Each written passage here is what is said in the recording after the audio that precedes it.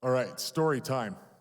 It was about the year 2008, and I was going to the Sherwood Park Mall, which is like, I don't even know if they have a mall in Sherwood Park anymore. Malls are kind of, been taken over by Amazon, and they don't matter anymore. But I was there because a girl I was seeing at the time was playing soccer nearby, and I didn't like soccer because it isn't the real football. The real football is the one that you play with your hands.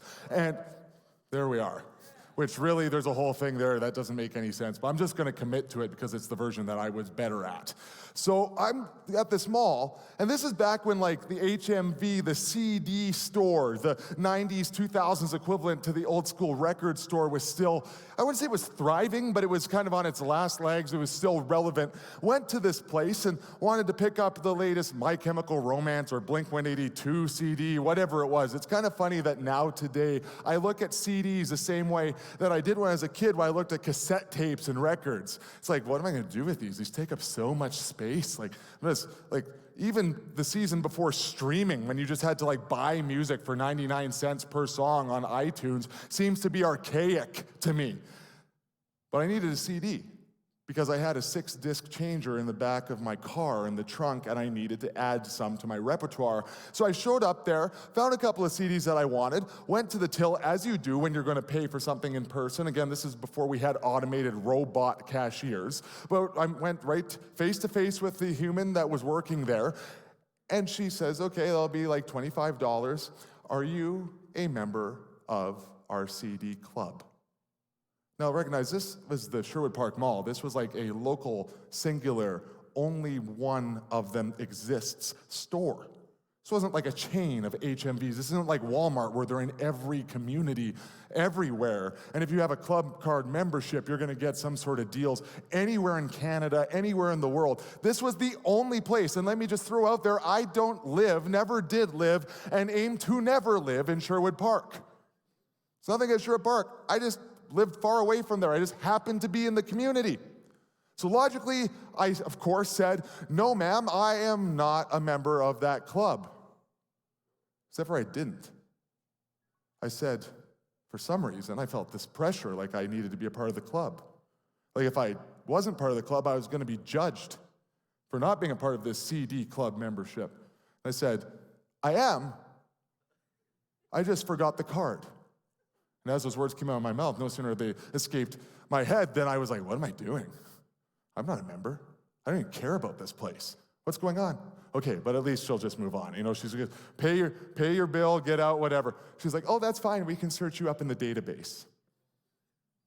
Oh, that's great, because I definitely am one. I am. Go ahead. Check it out. I'm definitely in there. I'm in there. Check close. She's like, oh, that's kind of weird. You're not in here. Well, yeah, that's really weird, because I come here all the time. I live just down the street, I'm a member. I'm actually the president of the membership club. So then she continues to look. She says, well, you're not in here, but we can sign you up for a card. I'm like, okay, yeah, no, because I'm definitely going to use it again.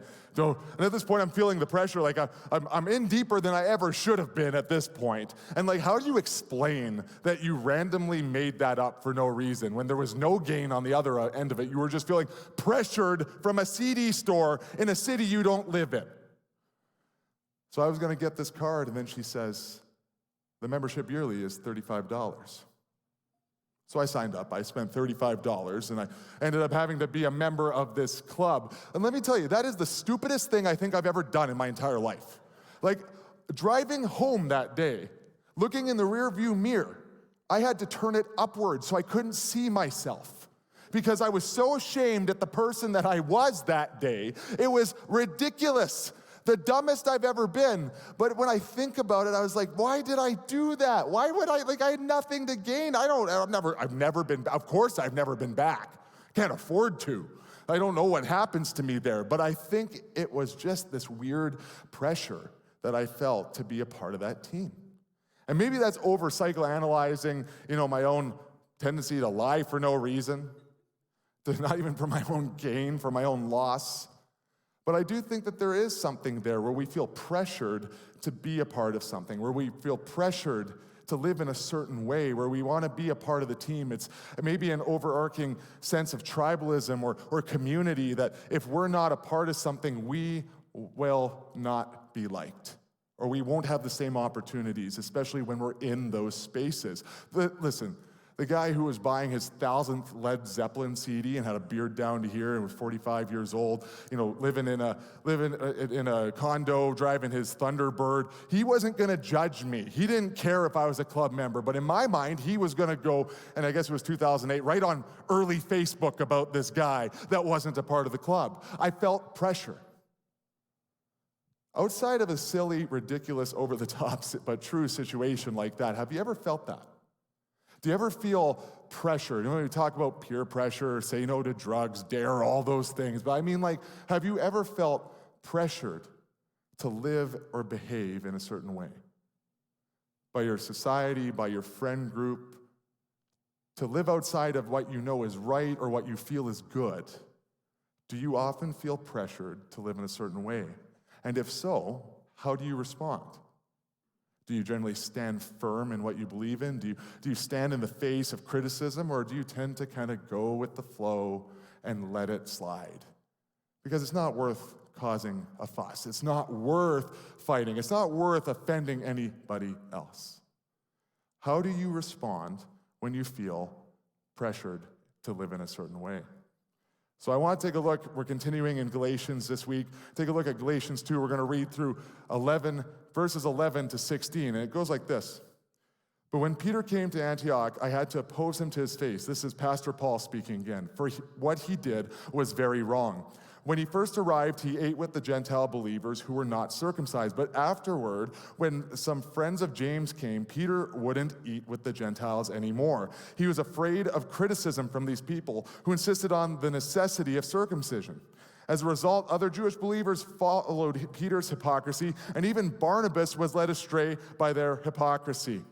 When I saw that they were not following the truth of the gospel message, I said to Peter in front of all the others, since you, a Jew by birth, have discarded the Jewish laws and are living like a Gentile, why are you now trying to make these Gentiles follow the Jewish traditions?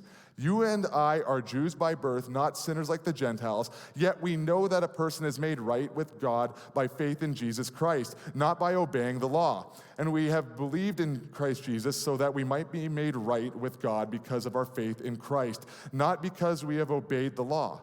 For no one will ever be made right with God by obeying the law. So what's going on here? Well, there's a lot going on. Let's give a quick history lesson. Let's give some perspective on this. First of all, you hear the word Gentiles. Gentiles literally just means anyone that isn't Jewish. Anyone else living in that space at that time would have been categorized as just Gentiles. So it just means there's the Jewish people, and then there's the Gentiles, everyone else. Well, let's go further back with this history lesson. Let's go to the very beginning. In order to understand what the problem is here, we have to look at the beginning of time. And maybe if you open the Bible to the front, to Genesis, the first book of the Bible, the first half of the Bible, the Old Testament. In Genesis, it talks about the first humans. They reference as Adam and Eve. Well, they're the first humans to sin as well, to take what God had stated as the best way to live, commanded as this is how you need to live and must live, and you can have a relationship with me forever and will never be disconnected as long as you don't disobey this one thing, do this one thing, do anything that is outside of what I've commanded. They did it. They sinned. And unfortunately for us, God is literally the embodiment of the opposite of sin. He cannot coexist with sin. And so from that moment on, for Adam and Eve and all of humanity after that, we are disconnected. There's a brokenness. The bridge has been destroyed. We have no connection to God, no right to stand in the presence of God. We went from direct and right there with Him to being defiled, being dirty, not being able to be in the presence of God because we have denied that ability through our actions. You might say, Jeff, that's not fair. Like, I didn't do anything. But let me ask you this question. Have you never contributed to the brokenness and chaos of the world around you? I'm not saying globally. I'm saying just in your own life. Have you ever lied? Have you ever stolen? Have you ever done something out of selfishness? Have you ever chosen your own way over what you know is best? We all have contributed from the moment we're born towards that sin. And sin is really, in its original language, just means to miss the mark. It comes from archery. If you don't hit the target, you sin. There's a best way, there is the way, and when we go off target, when we miss the mark, we have sinned. And I think we all can say that in some way we have done that. And because of that, we are disconnected from God. And the cost was not just separation, but truly it was death. Suddenly, we weren't going to live forever like we were intended with God in peace and harmony, heaven on earth. And suddenly, darkness, sin, and brokenness enters the world, and we have this thing now, death, pain, destruction, suffering. These things all come into the world because of our depravity, our mistakes, our selfishness. But there was a way that God decided that we could bridge that gap. Even though he couldn't be directly with us, even though we had rebelled against that, even though we had taken ourselves out of that picture, he created a way to appease death so we didn't have to die. And that's what we're talking about in this verse in Galatians 2 about the law. And there was all these things that were happening within that. There's a lot to the law. And you could literally get an entire master's or doctorate in theology on this. But really what it comes down to is it was a way to appease that death. So the best way I like to explain it, who's ever had a credit card before? Anybody who has a credit card now? Burn it. Get rid of it. Run. This isn't even in the message. Don't do it. It's dangerous. Make sure that you don't get out of control, because if you get out of control, you may find yourself in a position where you actually can't pay it off. And then what can we pay off to keep the creditors off our back, to make sure that we are maybe able to buy a house one day? You only pay off the interest. And that's kind of what the law did for us. We couldn't pay off the debt of sin, which was death. We couldn't pay that off ourselves. We couldn't carry that weight, but we could kind of pay off the interest from time to time. And the way that they kind of did that was through a series of rules, kind of regulations, and animal sacrifices. That's kind of the initial death. They would sacrifice an animal, and you may say that's not fair, poor Bambi, whatever it is, but that's what the deal was. They would sacrifice an animal. There would be all these things they had to do in order to pay off the interest and to keep death at bay, which is exhausting. Imagine you had debt. I pray you're not there right now. It's so much credit card debt that you could not pay anything more off every month, no matter how big of a raise you got, no matter how hard you worked, how many overtime hours you worked. You literally could not pay off more than just the interest. You can't even take a bite out of that debt because it's so great. That's where they would have been. Well, I'll tell you this, it's better than death. So there's a bunch of things they couldn't do. There's certain animals they couldn't eat. They couldn't eat pork. There's different rules about what day of the week they could work and all that type of stuff. There's lots of these things, and they were meant to serve the people at that time. They were meant to be the best way to live, but also it was part of this larger law that came out of our brokenness. And it was meant to be good. But if you know people ever, not just 2,000 years ago, but just today, all of humanity, we tend to take things that are good, and we will find a way, if we're allowed to make them serve us. And this was happening back then as well, because the Pharisees, or the Jewish religious leaders at the time, they were taking this and they were making it into a circumstance and a structure that was serving them. They would show everyone how great they were. It served their ego instead of the people they were supposed to be serving. They would follow and make these rules so much more rigid than they needed to be, legalistic, to oppress other people, to show how great they are. They made an idol of the law, and they worshiped the rules more than they worshiped God and the hope that it would bring to them, more than God himself. So when Jesus comes, who is God on earth, and he dies on the cross, even though he didn't have to, even though he never sinned, he bridges that gap for us. He takes that cost of sin. This is the gospel message. I just gave you the summary. There's so much more to it. But that is what we believe here, is that there's this cost in death. There's this debt that we can't pay. But Jesus comes, God comes, didn't need to die, but he does in our place. Because he died on a cross, he defeats death, and he bridges that gap. That is the great hope of the Bible. That is the great hope of a Jesus-based life. That's why here at The Project we say and we know and we believe that following Jesus, making him Lord of your life and patterning your life after him is the best decision that you and your friends or anyone can ever make in your entire life. Because where there is darkness, now there's light, and now there's hope. So he bypassed the need for the law to be appeased. He bridged that. And now relationship with God is no longer distant or brought about by some circumstantial things that you would pattern and do your life, these acts of service. But it's actually directly through Jesus. We now, through Jesus, in Jesus' name, have the ability to stand in front of God. That relationship is brought right back where we don't have to dance around this. We can go straight to God through Jesus. And that's a gift. That's why we celebrate. That's why we get excited. That's why we worship. Not everything went away, though. Some things did. You could eat pork. You could do certain things that were now fulfilled by Jesus. But there were some different things that were still sins, things that were actually destructive to us holistically, not just brought about by this law. Things like murder, obviously, still not good. Things like sexual sin, things that destroy us, they are now still there, but the rest is kind of gone and fulfilled by Jesus. So yeah, you can eat bacon, but you can't have multiple wives or husbands. Sound fair? Sounds good. Sounds like a good exchange to me. We don't have to sacrifice animals anymore, and the most important thing is that the connection to God is there again. So there's your history lesson. So then what's the big deal here? What's going on? Why is Peter getting scrutinized and attacked by Pastor Paul? Peter was one of Jesus' literal disciples on earth. Like when he was walking around in the Bible, in real life, 2,000 years ago, he had his 12 followers, his 12 closest people, these 12 young adult guys that were with him everywhere. Peter is one of them. So how is that guy getting ripped on by Paul? Well, he's kind of being not so great. We'll say it that way. So what is happening here is that there was this deep cultural problem coming out of the church being established. Because before, the law was still a big deal.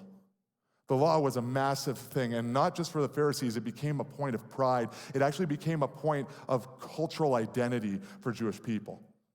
The law was how we defined ourselves, or how they would define themselves at that time. And it's kind of weird, bear with me, but one of the most significant markers of that was circumcision. If you don't know what circumcision is, I'm going to tell you. In the most clinical terms I can, it was the removal of skin from the male genitals at birth. So it looked different from a Gentile than from a Jewish person.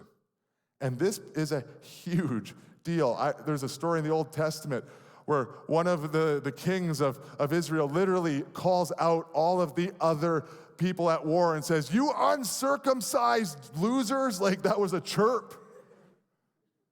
Like they're like, "Oh, that hurts. How could you?"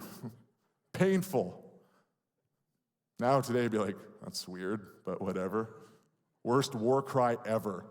How does that play in like a movie, a war movie? Anyways, but that's how different it was. That's how big of a deal it was to the Jewish people. It was a point of pride. This was how they identified. This is who they were, a part of who they were. So as the church is beginning, we now see the world of God, or the worldview of who is available to God and who is available to worship God because of what Jesus did now is wide open. It's not just for Jewish people, it's for Gentiles as well. Jewish people, but now everyone else. It's not ethnocentric, it's not closed off, it's wide open. The whole world now has the opportunity to know God personally and holistically.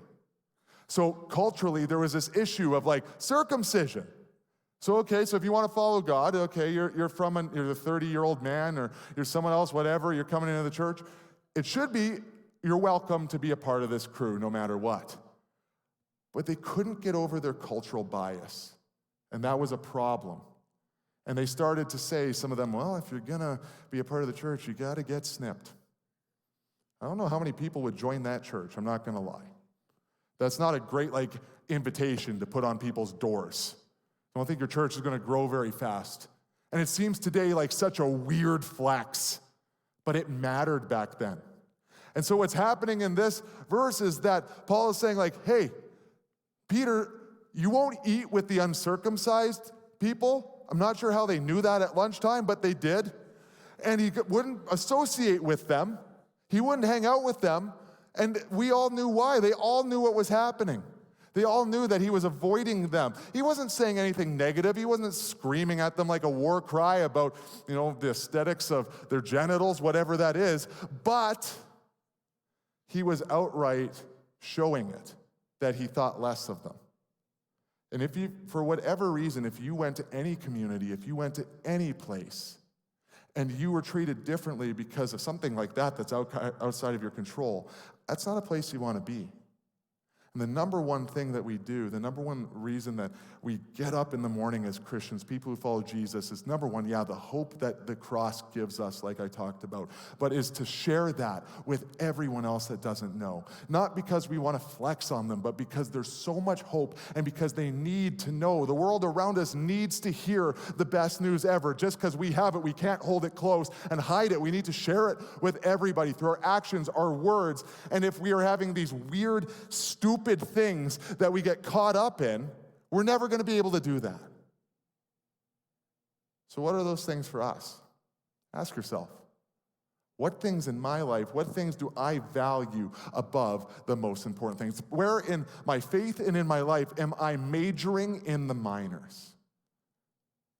Where are you majoring in the minors?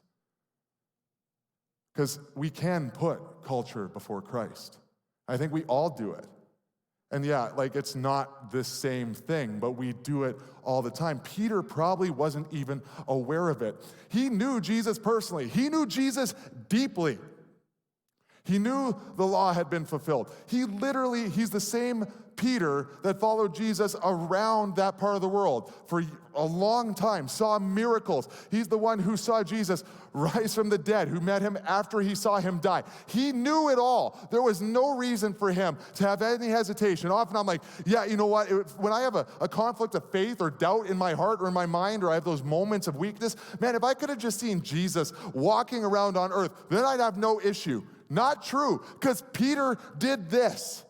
He denied Jesus even existed 3 times. And then when Jesus rose from the dead, he actually goes over to him and forgives him. Then he sees Jesus ascend into heaven. Jesus gave the commandments of what we're supposed to do as the church to him personally. And he's still acting like a clown. How? It's because the power of culture to influence our commitment to Christ is so much more than we ever will be able to fully recognize. If we just live day to day, trying to get along, trying to just get by and not recognizing just how much a cultural influence can actually dilute our faith, dilute our lives, and take us away from what is most important, cause us to literally major in the minors, then it's going to happen. That drift away from what is good will happen to anyone. Because if it happened to Peter, it can happen to you, and it will happen to me. Peter felt those social pressures. And we can joke about what that pressure was, what the defining factor was, but the truth is, he felt it. He was scared that his own culture, the people he grew up with, would judge him, would make fun of him, his family history. He was going against so much of his own felt needs and felt identity to be able to be a part of something bigger than himself, bigger than his own identity, bigger than his group identity. That he was willing to lower himself and lower what he believed and actually be a negative influence for what he knew was the most important thing that he could ever do with his life. He didn't fully deny Jesus. It's not like the people were like, hey, does Jesus really? Like, no, not. I'm going to go eat lunch with these people, not them. He wasn't denying the cross. He wasn't denying the resurrection of Jesus. But what he was willing to do was make concessions to his faith. Concessions to what he knew was the best way to live out his faith every single day and the best way to reach people for Jesus. Truth is, concessions may not appear to be big, and they might even be small, but they will change you and they will change your relationship with Jesus. They will slowly ruin your life. See, when we're faced with different things, we don't always or like a problem that we've done, when we are faced with a mistake, when someone calls us out. In psychology, there's these 2 primary things that we do. First one is denial. Second one is rationalization. Hey, Jeff, you showed up late to work. Would never happen, but let's just say. No, I didn't. The clock is wrong. And like, that sounds dumb, but like, people will legitimately do this. Or rationalization. Hey, Jeff, you're getting pulled over for going, 100 in a 60 zone, which again, I would never do more than once. And I say, well, actually, the speed limit is too slow here. It's stupid. We need to teach people how to dodge people going that quickly. And it sounds ridiculous again, but we have these natural responses because coming face to face with our own mistakes is not something that we're comfortable with. We don't want to acknowledge it, so we'll deny it. We'll say it's not true because that's more comfortable. Or we will rationalize it and say, well, actually, here's the reason that I sinned. So you might be able to even recognize that you're a sinner, that you made a mistake, that you did something bad, but you might say, well, you know what? I may lie, but not anything like big.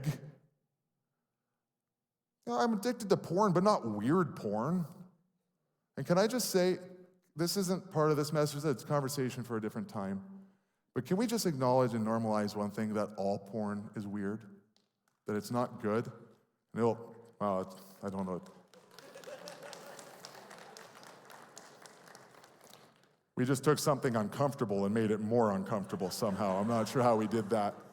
But truly, there's nothing not weird. Well, it's the people who are into this type that have the problem, not me. I'm a connoisseur of pornography. You hear that? No, it's all bad, it's all weird, don't do it. It will ruin your life. Another time. But we've come up with these justifications, and that actually shows it fairly well, that we can rationalize why we're not the problem. We can make concessions to our faith. We can make small little tweaks to what's happening in our life or what we're doing or how we see them. And next thing you know, we're not the same person that we ever thought we were, and we don't know how we got here.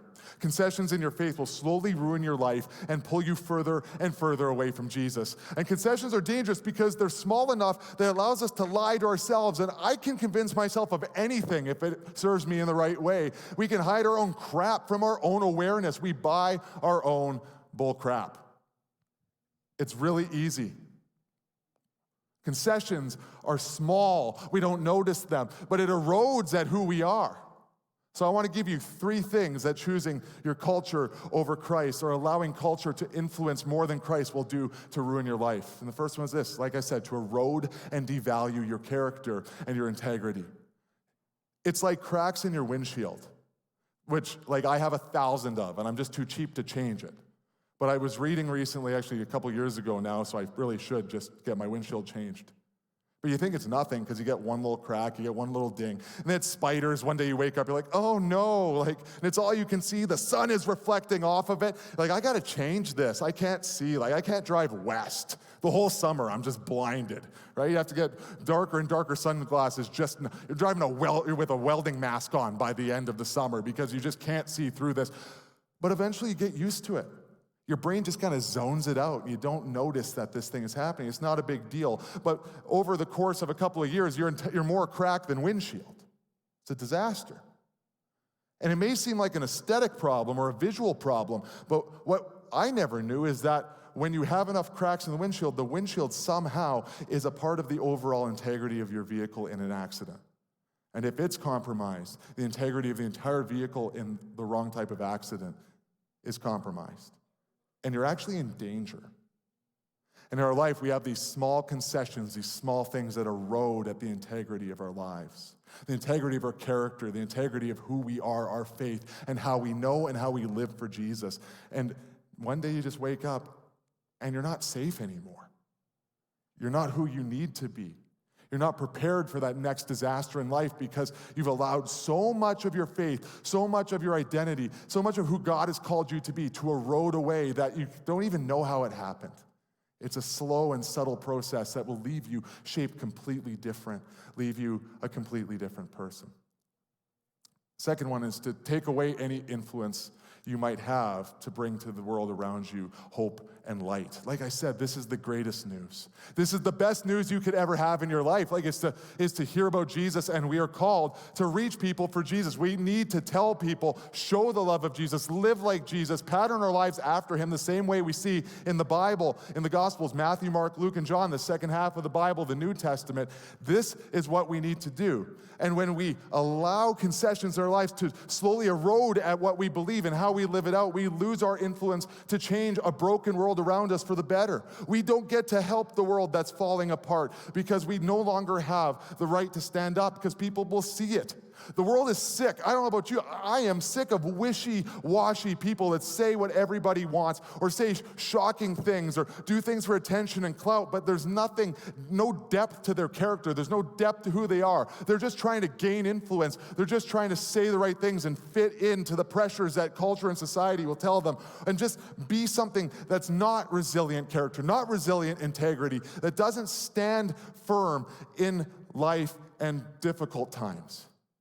There's something attractive about consistency, about integrity, about honor, and these are things that we lack in our lives and we lack in society. And frankly, society doesn't really call us to do. It doesn't call it out in us in any tangible way. When you stand strong through the storms that life and culture will throw at you, and keep your eyes fixed on Jesus through all of it, and you're firm in love, firm in truth, firm in patience, even when things are difficult, even when it's not easy, the love that you bring, the hope that you bring to the world is world-changing. But just to continue to kind of passively go through life, that doesn't cut it. When Peter was acting like a coward, Paul called him out because the Gentiles in the church saw how he was being.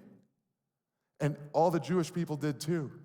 Barnabas, it references, Barnabas even was influenced by his hypocrisy, by his stupid behavior. Barnabas was like one of the church planters. He's like a high up leader. Even some of the people who knew better were influenced by Peter. Your influence matters. And when we don't live with integrity, when we don't allow ourselves to stand against little concessions that add up over and over and over again in our faith, in our life, and how we live and how we see Jesus, we lose our influence. I don't know about you. You look at the world, we need people to be people of integrity. We need Christians to stand up and be like Jesus, be Jesus to the world around us to help to change the brokenness that is so evident in the world around us. You don't have to look very far to see it. Third one is that it puts us under spiritual and mental house arrest. There is a better way to live your life. When we deny even just a little bit of the hope of Jesus, we don't stand up for what he teaches or we allow those concessions to happen. We are not only hiding the light of Jesus, but we're choosing not to live in the light of Jesus. When we deny the light of Jesus, we deny the light of Jesus in our lives as well. And we choose to live in darkness. We choose to live in depression. We choose to live in anxiety instead of hope, instead of joy. And listen, we may not live right now in a world where a genital surgery is what makes us think that we're better than others. But in our culture, there are so many things that we can choose over the hope and light of Jesus because it's easier to go with the flow. Because in our world right now, like, let's be honest, we all find our value in our culture, in social movements, and showing the rest of the world that we're kind of on the same page, right? Like, we don't always do that, but most of the time we kind of want to, as much as possible, not cause a fuss, not show that we're totally against whatever that wave in society and culture on social media is. And honestly, I'm kind of tired of it because, like, I know that this happens quite often is we'll kind of virtue signal, we'll signal towards things that we don't even really believe, just to signal that we're on the same team. You know, you might really share a lot of environmentalist stuff on your social media. You might share an environmentalist post on your Instagram stories. But at the end of the day, you burn boxes for fun. You throw cans in the trash because the bottle depot is gross. You throw car batteries at turtles for sport because that'll teach them to give us paper straws. Never forget what they took from us. But we fear what society will do if they ever found us. By the way, I do not throw car batteries at turtles or burn boxes for fun. But we don't practice what we preach. We'll project something that isn't totally who we are because we just want to fit in. We'll just go with the flow. We won't stand up. We won't be who we're called to be. We'll just kind of concede that part of who we are. We'll just signal, because it's easier than having to have that conundrum, that fight, that conversation, to have somebody look at me differently, to think, oh, he or she doesn't go with the way that they need to. I won't fit in, that pressure to behave a certain way. Christ needs to come before culture. The law was a big deal, and that's not what we follow now. But the law was these lists of rules and regulations, this pressure that was being felt at that time. And there's still things today that we need to be a part of. There's still things that, there's still rules that Jesus gives us, that God says is the best way to live your life. The difference is the things that in the Bible that Jesus says, that God gives us to do or not do, are no longer serving the law. They serve us. So there's rules, like don't go 120 kilometers in a school zone. But that's not a law that serves the law. That keeps us safe. That keeps us healthy. That's a good thing. That helps us. That's some of the best ways to live your life. That's good. And there's still rules and laws and things in the Bible that it's not a free-for-all. Jesus didn't just come and say, go for it, whatever your heart desires, just do it, because that's going to make you happy in the long run. But there are things that we need to do that are maybe not easy. But at the end of the day, everything that is in the Bible, everything in a Jesus-based life is designed to help us to have the best life possible. And these things are straight from God. These things are not to hurt us, to restrict us, to be rigid, but to actually make us better people and to be closer to the God that created us. At the end of the day, here's the most important thing you can get from tonight. John 14:6 says, I am the way, the truth, and the life. No one comes to the Father except through me. And this is why Paul was so angry. Because there was a concession being made that wasn't all that mattered. That there was some pattern of behavior. That there was something you could do to be loved more by God, to be more accepted in the church. That there was anything you could do, say, think, act out that would change how God looks at you and how you should be accepted in his community. It's not true.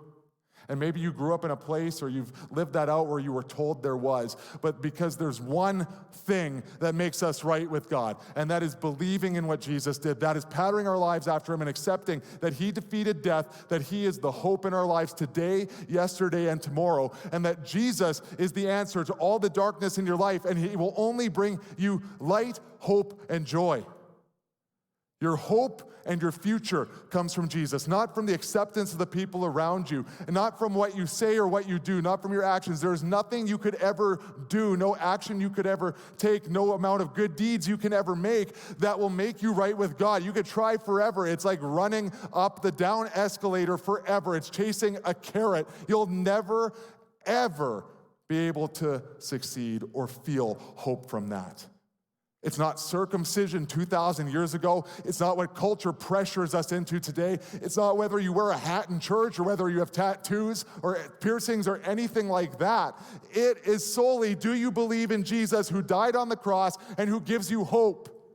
No matter what you've done, no matter what you are doing now, no matter who you've been or who you are, you have hope in what Jesus did. So tonight, if you're someone who's feeling hopeless, and you've never made a decision to follow Jesus, the best decision you can make, this is for you. Or maybe you've been somebody who's followed Jesus or you were hesitant to because you felt that pressure over and over again, because you felt like it wasn't the way to go. You felt like you might be judged by your family, you might be judged by your friends, the pressure of your friend group or culture or whatever it was. Your circumstances around you kept you from fully chasing Jesus, and now you don't even really follow him at all. Or maybe you've just been so hesitant because of all these pressures, all these things, all these patterns that you have to keep up with in order to fall in line and be a part of your team or whatever it is. This is for you. There's hope in Jesus. You never have to guess with Jesus. Where everything else changes all the time and you can't keep up and you have to ride wave after wave and keep up. It's exhausting. Jesus is the same yesterday, the same today, and he'll be the same tomorrow. He's been the same for 2,000 years. He's been the same God through all of history since time started. And you never have to guess, and you can rest in that, and you can trust in that. And it's time for you to trust in that he is the only thing that matters, and the thing you've been looking for, the hope that you've been desperately seeking.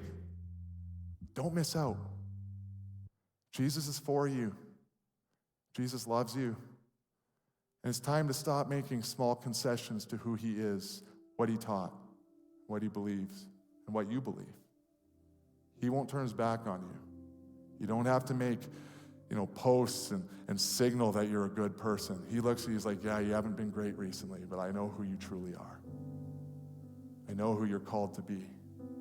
And I don't define you by who you could be and this gap between that and who you've been. I still see you as who you've always been, and that's my child, that's my kid, that's someone who is seen as beautiful, chosen, loved, enough. The gap between isn't your definition. The gap between is, look what you could be. You just need to stand in the promises that Jesus gives you. Give him the weight of what you've been carrying for a long time. Walk beside him in hope, in joy, and in peace.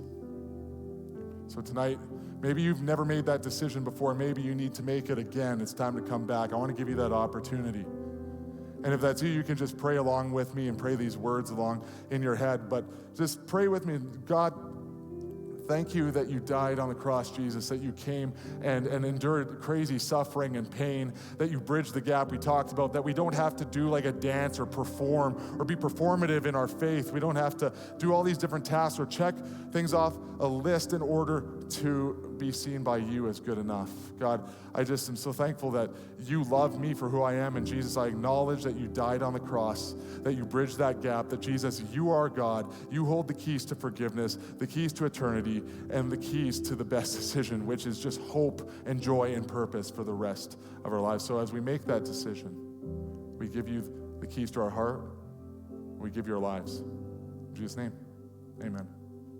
If you made that decision for the first time, or maybe for the first time in a long time, you can go to our website, theprojectyeg.com, or you can go to our Instagram, theprojectyeg on IG and all these different places. You can really just see us at the back. Don't leave this place without talking to somebody, a pastor, a volunteer. We want to get connected with you. It's a great decision, the best decision. But if you're still here and you're kind of wrestling with that, maybe you've been making concessions and you're thinking, that's me. All you got to do is recenter. All you got to do is stop chasing all the variants and go straight to Jesus. It's not a trick question. Just allow Jesus to search your heart and to show you where you need to repattern your life. And I know he will. Let's stand together as we sing a few more songs.